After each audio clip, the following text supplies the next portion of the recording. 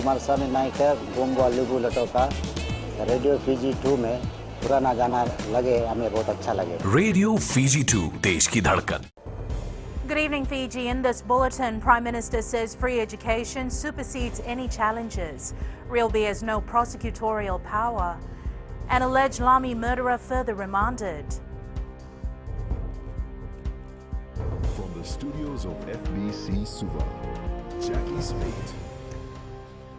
Prime Minister Bainimarama has made it clear that he and his ministers would fork out their entire salaries on top of their pay cuts before they ever let free education go away. Bainimarama highlighted this while officiating at the opening of the new kindergarten in Suvavo village today. The PM adding that even in these uncertain times, Fijians should know that government support to students and their families will remain. Lena Rees has more. Prime Minister stresses that investment in education is the best investment government can make, adding that even though government revenue has taken a huge hit due to the COVID-19 pandemic, funding towards free education will continue. We've also maintained civil servant salaries, including teachers, so they can teach, so they can focus entirely on the education of Fiji students. And as you can see today, we're pressing ahead with the constructions of new schools and the upgrade of school buildings, because our efforts to raise the quality of our children's education are far too important to go on pause due to this pandemic. Bainimarama also highlighted that the opening of the school is the fruition of a promise made to the community in 2018. Today we celebrate that promise, delivered in the form of a $150,000 new school building, along with new desks, chairs and classroom equipment, all of which your students can proudly call their own. When we open new schools or school buildings, we open new worlds of opportunity for our young people. The Prime Minister reiterated that government will continue to prioritize education for all children in Fiji, meaning no family will have to pay school fees. Lena Rees, FBC News. The Real Estate Agents Licensing Board says it does not have the legal authority to prosecute bogus agents. This further raises concerns on how to curb the growing problem of agents taking advantage and trying to make a quick buck through illegal sales. The Real B chair says they have forwarded more than 20 cases of bogus agents to the Criminal Investigations Department for further action. Kritika Kumar reports. The board chair says their limited power has seen delays in prosecuting bogus agents. But hopefully we are looking at changing some of the provisions in the Act which would allow the Real B to prosecute directly those people who are acting as bogus agents. Dr. Abdul Hassan says they are working closely with the CID to weed out illegal agents. So what we normally do, whenever we have identified the bogus agent, we'll refer this matter to the CID department. And of course, they have to follow their own protocol to deal with such cases. The newly appointed registrar says they will rely on information sharing to address this issue. Improve our current service that we are delivering and also the information sharing with the general public in relation to the complaints that are coming in relation to bogus agents. The registrar believes there is an interesting time ahead in terms of COVID-19 recovery, and they are looking at ways to improve service delivery and contribute to the country's economic recovery. Kritika Kumar, FBC News. The Suva High Court has further remanded a 43-year-old carpenter charged with arson and murder. Arvind Chand Rai is alleged to have murdered a 35-year-old woman in Lami on the 22nd of last month. Faye Chen was found unconscious by firefighters who responded to a report of a fire at the victim's home. Following the post-mortem examination, it was ruled that Chan's death was an alleged case of murder. In High Court today, the Office of the Director of Public Prosecutions has sought 21 days to file information and disclosures. The defence lawyer has also sought time to amend the bail application, which was filed on Tuesday. The matter will be called for mention on the 4th of next month.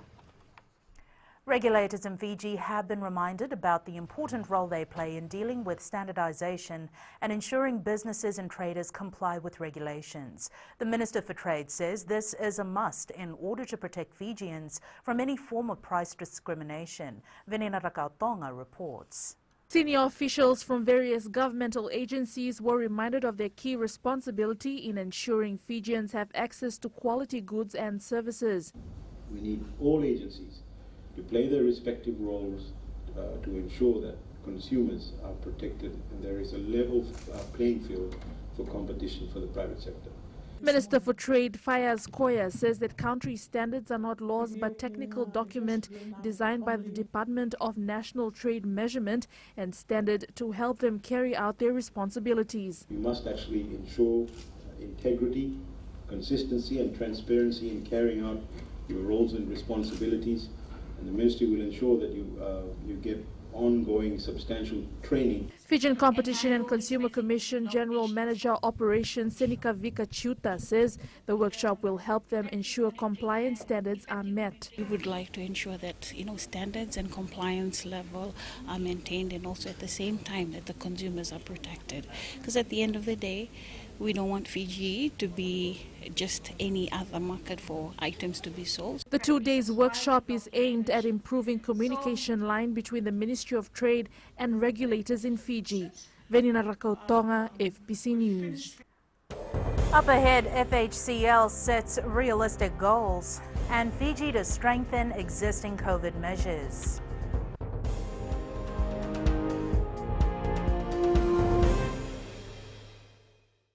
Baik tu Dendi berkata tahu radio Fiji बहुत radio Fiji रोज सुनता हूँ. Radio Fiji 2 देश की धड़कन.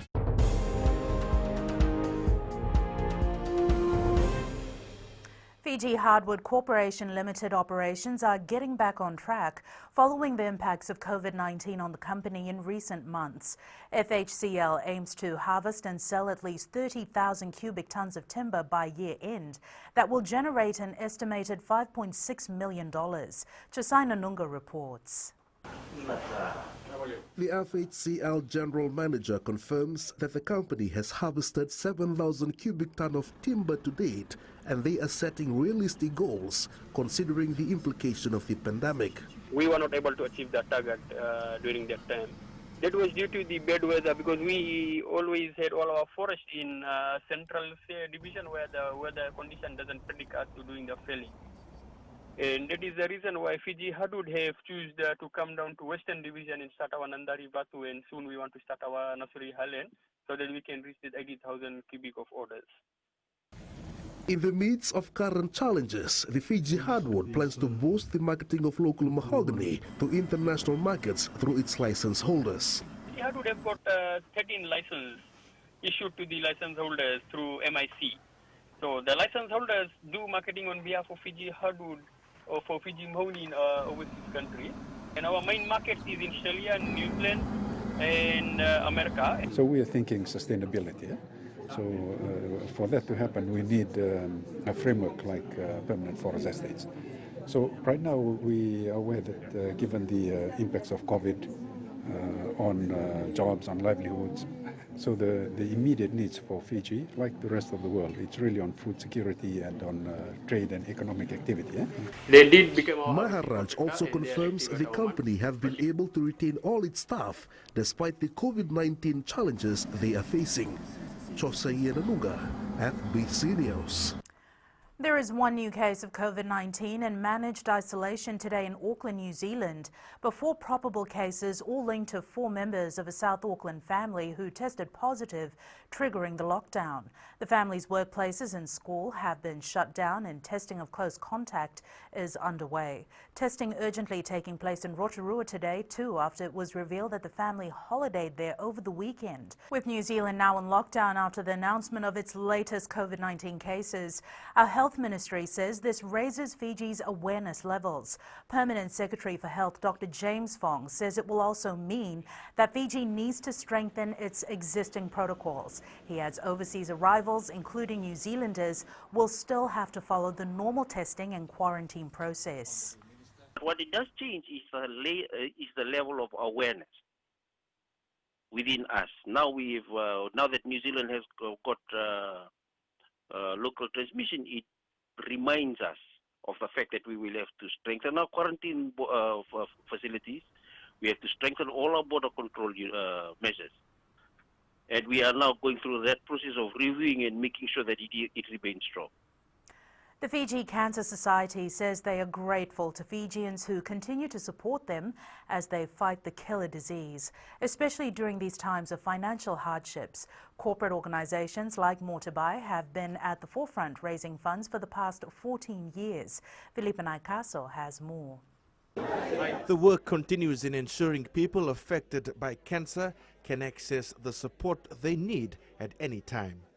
We understand the financial situation remains tough, but even a dollar can make a huge difference in the work we continue to do for those impacted by cancer and our communities. With a total of 224 patients registered under the Fiji Cancer Society, funds raised have been vital for medical oxygen, transport for patients to attend clinical reviews, among other needs. The funds raised goes towards increasing cancer awareness, advocacy and patient care.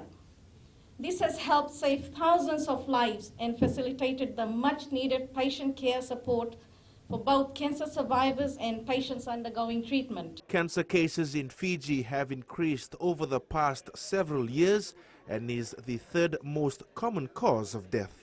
My message to everyone out here, or to those who are diagnosed with cancer, please don't feel that it's your sickness only.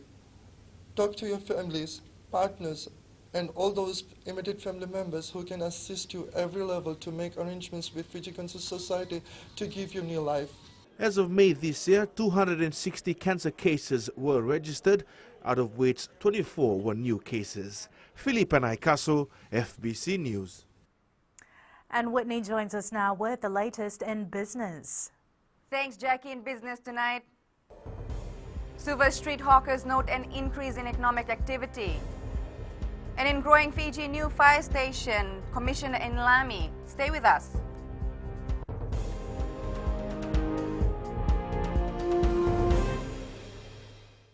Pula nadang ko aprosan ngerse, go erkraki. Do televizio na barong na Radio Fiji 1 nandomo ibiti. Radio Fiji 1 nandomo ibiti.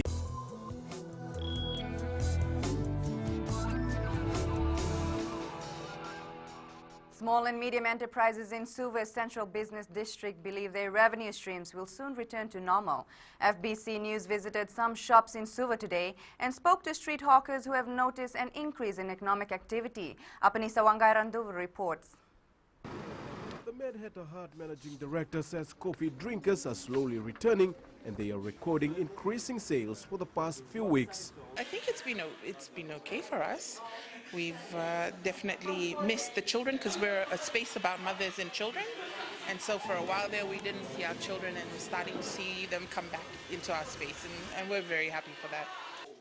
Joyce Cho, the manager of Wing Sang Corporation that sells Chinese sweets and foods, says they are seeing many regulars returning. We felt like businesses started to pick up a bit. We just continued, and yeah,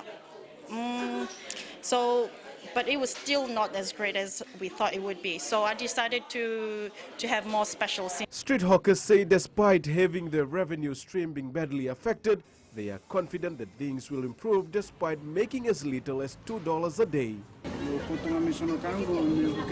I used to farm, but after the lockdown I decided to start selling, and so far it's been going well. There's more street hawkers now on the street, but that has not affected my sales because I have customers who are returning.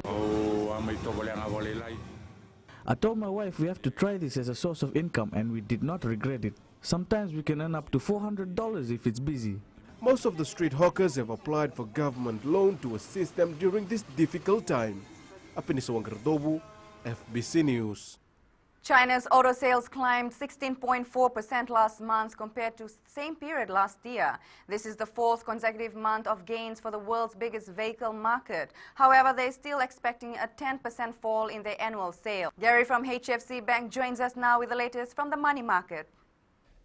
A measure of Australian consumer sentiment fell sharply in August as a strict coronavirus lockdown in Victoria State darkened the mood in a major setback to the country's fledgling economic recovery. The Westpac Institute Index of Consumer Sentiment sank 9.5% in August from July, when it dropped 6.1%. The retreat almost took the index back to its lowest in April, when the whole nation was in lockdown. The official wage price index rose 0.2% in the 3 months to end in June, while analysts had forecast a subdued pace of 0.3%. The wage growth slowed to 1.8%, well below the levels that used to be considered standard for the country. The Reserve Bank of New Zealand held its official cash rate at 0.25% in a widely expected decision and expanded its large-scale asset purchase program to as much as 100 billion New Zealand dollars. Meanwhile, the US dollar found support as a jump in US yields pushed it higher against the Japanese yen, and investors wagered on a broader and deeper US coronavirus recovery.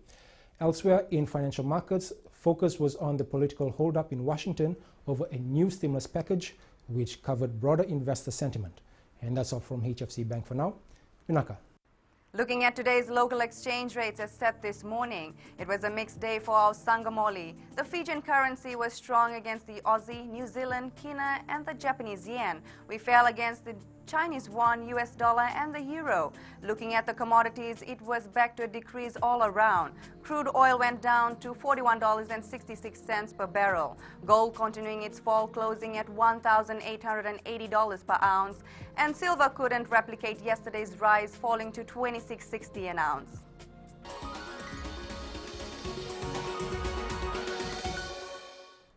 A new fire station has been opened in Lamy today, serving more than 26,000 in the area. The new station and its brand new fire truck were commissioned by Prime Minister Vorenga Bainimarama. The facility and the truck cost more than $2 million and will service 16 residential settlements and 159 businesses, among others. Bainimarama says the government will continue to invest in essential services. With the fire station in Lamy itself, response time has come down dramatically, and the challenge of attending to fire calls in Lamy during heavy traffic peak period along the Lamy-Suva corridor will of course be a thing of the past.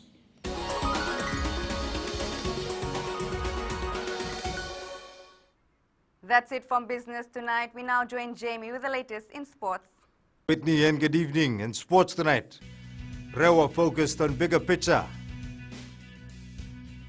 And Suva Rugby hopeful injured players will recover soon. This and more after the break.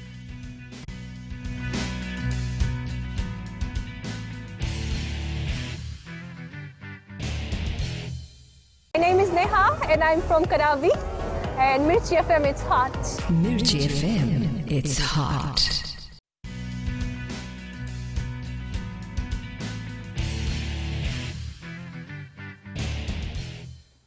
They're into the final four of the Punjas Battle of the Giants this weekend, but winning it will only be a bonus for the Delta One Automotive Repairs Rewa side. The team is more focused on a bigger prize later this year, winning the Vodafone Premier League. Aquila Dama has more. Every team trains to win, but for Rewa, it's not the BOG title they are targeting. BOG is a secondary thing to us because we're focusing more on the league. We want to win the league for the first time, for me personally. And BOG, it's up to the boys if they want to grab the trophy or prize money. It's up to them. The Delta Tigers have never won the Premier League, but this group of players can create history for the district. From the previous years to this squad, I can say that the boys have been together, brotherhood, togetherness, like I said, and also looking up to each other.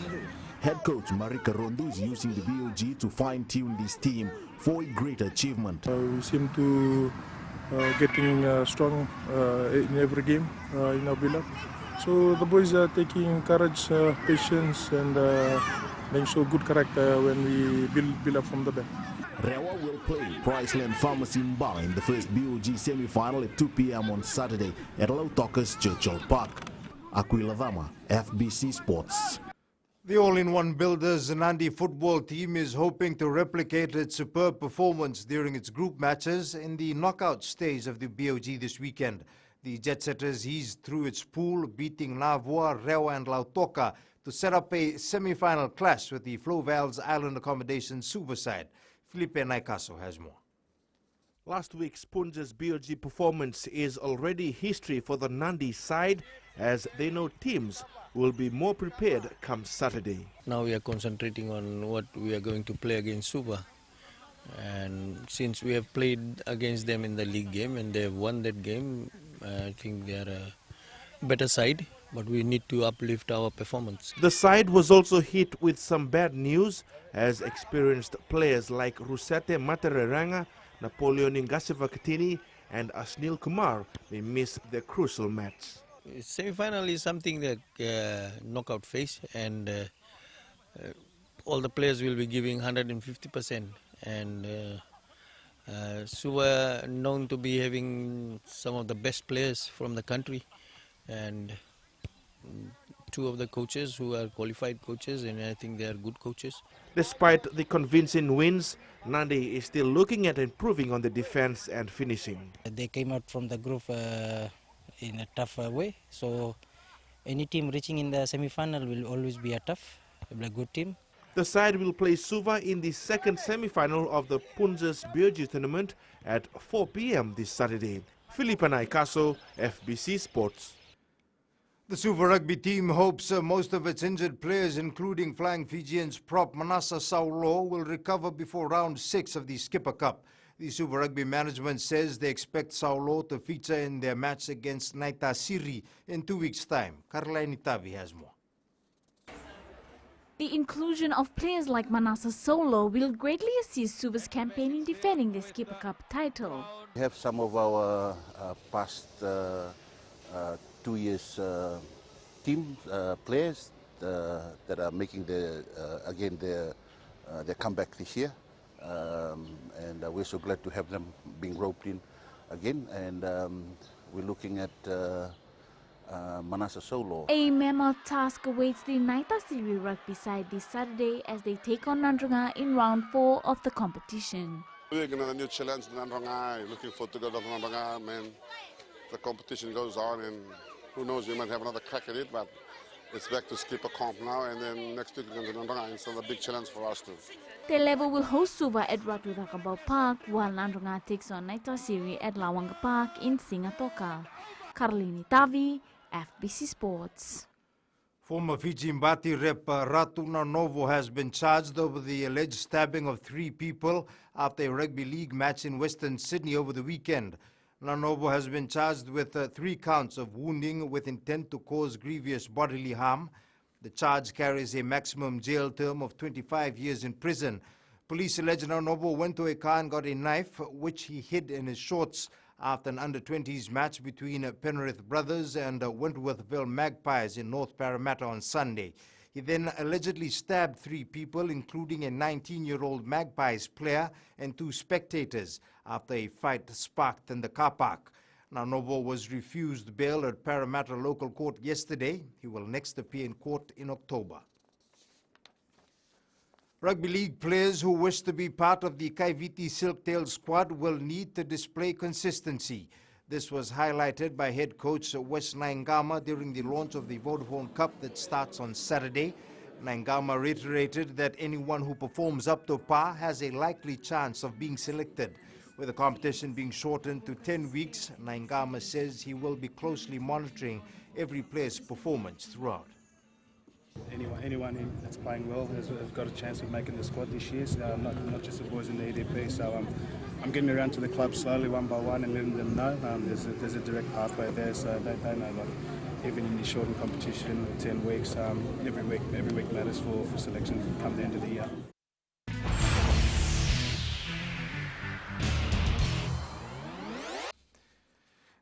In today's play of the day, we're off to Super Rugby Australia. The question is, did every Waratah touch the ball on this passage against the Reds? It starts with a turnover on one side of the field and finishes with Alex Newsom in the other corner.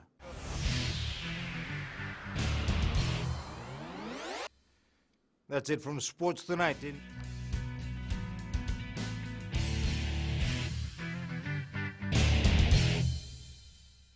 Hi, Bula. I'm Selai from Nandi. I love Gold FM, only the classic hits. Gold FM, only the classic hits.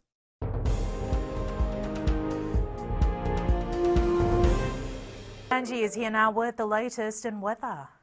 Good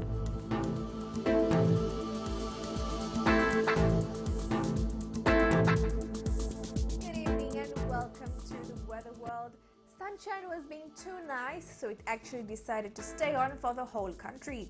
We are very fortunate to have such wonderful spells. Now to the other centers in the west, whether you prefer a quiet spot in the shade of a palm tree, sipping cocktails by the pool, or you're up for a bit of adventure, this place has all the combo under fine weather. Eastwards from Peck Harbour to Suva, clear blue skies did not hold back, but cloud cover played its role in the afternoon. We could see showers by overnight.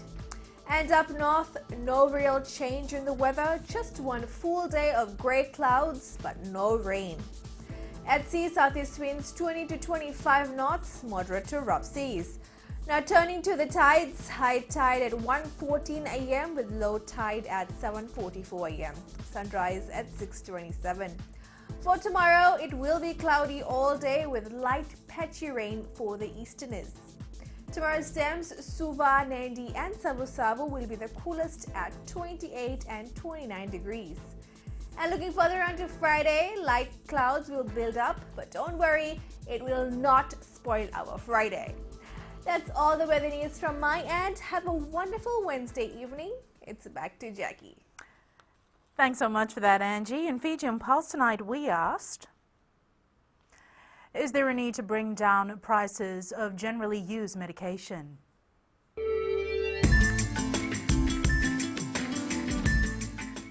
Today I buy one only the flu tablet. $20 is too high for me. I think everything is determined by the cost of living, but medicine price should not be that high. The cost of the medicine in the pharmacy is very expensive right now because of the COVID-19, and we are facing right now in a big difficulties in Fiji.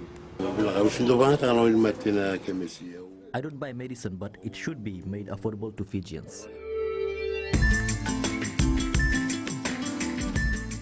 Recapping the main stories for tonight, Prime Minister says free education supersedes any challenges. Rugby has no prosecutorial power.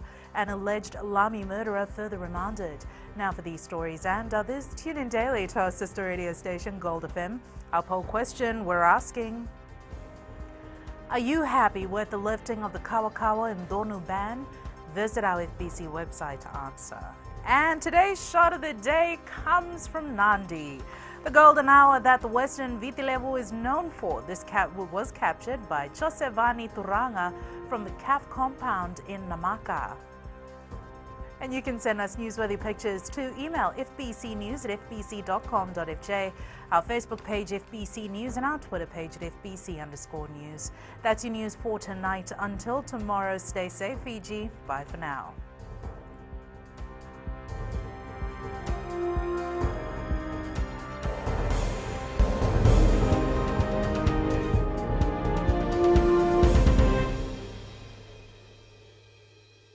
Bula FM number 2 NSR.